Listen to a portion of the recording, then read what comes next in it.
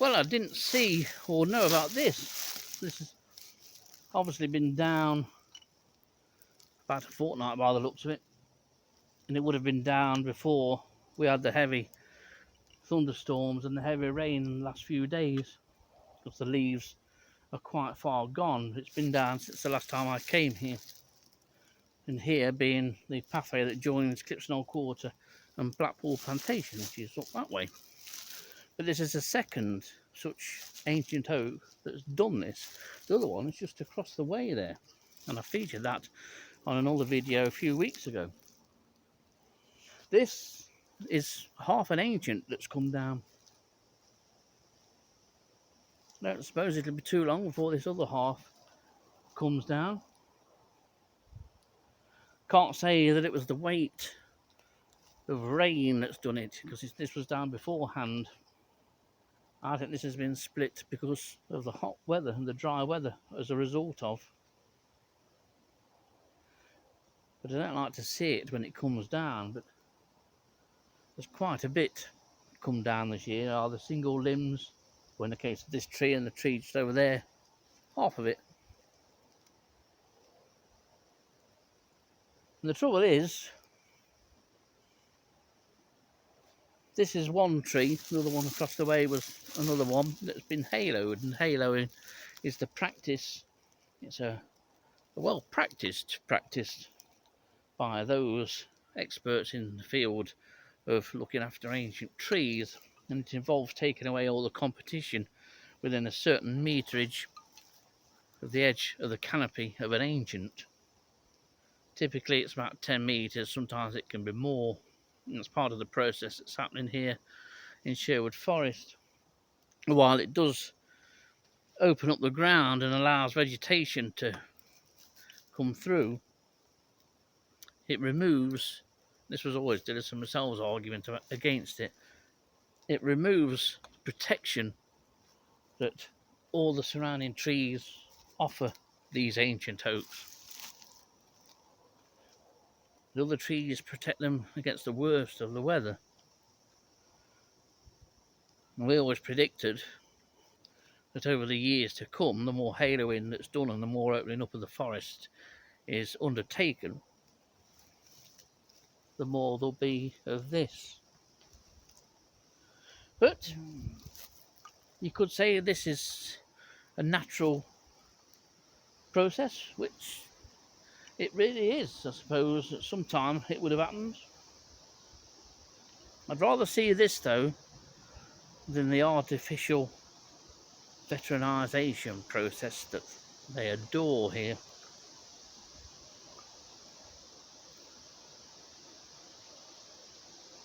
Sherwood has plenty of deadwood habitat, more than enough for the range of saproxylic inverts that it supports. There's lots of standing dead oaks and lots of events like this and smaller events in the course of a year without having to kill and shorten the life of mature trees. It's a practice that is totally abhorrent to me and to many others.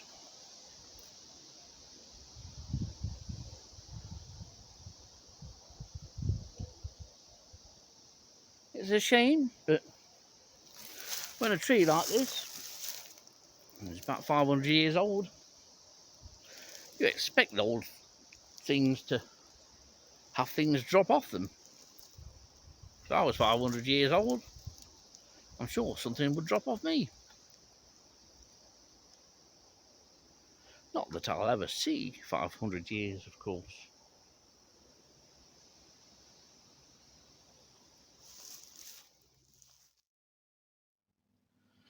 Well, it's not very often you get the opportunity to look back in time, but here in the centre of this tree that's now exposed, we pretty much have its 500-year-old history. It's almost like a diary. Unusually, this tree isn't that hollow for one of Sherwood's veteran oaks, but it's well on the way. Right in the very centre is this very crumbly, it has almost a loamy soil type consistency and feel to it, but it's still just rotten wood. As you come away from that, you get this drier wood that you can actually see is very much wood. But all this is the special habitat that Sherwood is designated a National Nature Reserve for, because it's this deadwood habitat that attracts an array of saproxylic invertebrates. Now, saproxylic invertebrates are those invertebrates which at some point in their life cycle rely on this stuff, dead wood. And there are some very specialised beetles especially, and also flies as well, that are found here and a few other places. It makes Sherwood very special, but there's more to Sherwood than just saproxylic invertebrates. That's something we've always tried to get across.